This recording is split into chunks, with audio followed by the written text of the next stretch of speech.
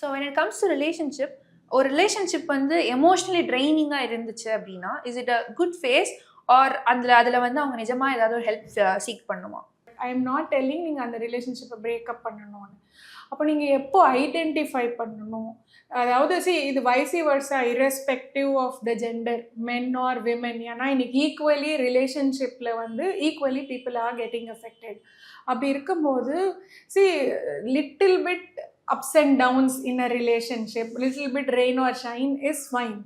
But அது வந்து கண்டினியூட்டியாக இருக்குது அண்ட் அதை வந்து ஒருத்தருக்கு ரொம்ப அஃபெக்ட் ஆகுது அப்படின்னா then it is a training.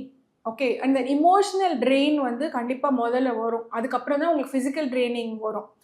இப்போ இதனால் என்ன வரும் அப்படின்னு நீங்கள் நினைக்கிறீங்கன்னா, ஆப்வியஸ்லி இரிட்டபிலிட்டி செட்டின் ஆகும், உங்கள் ஸ்லீப் அஃபெக்ட் ஆகும், உங்கள் மூட் அஃபெக்ட் ஆகும், உங்கள் ஆப்பிடைட் சேஞ்ச் ஆகும். நீங்கள் இன்றைக்கி வந்து ஆப்பிடைட் சேஞ்சுன்ற போது எக்ஸசிவாக சாப்பிட்றது, பிஞ்ச் வாட்ச் பண்ணுறது, பிஞ்சு ஷாப் பண்ணுறது, ஸோ இந்த மாதிரியான இது இருக்குது அப்படின்னா then it is irrespective. It's a general symptom presentation or general signs கூட நம்ம சொல்லிக்கலாம். இந்த மாதிரி இருக்குன்னா then it is draining you ன்னு அர்த்தம்.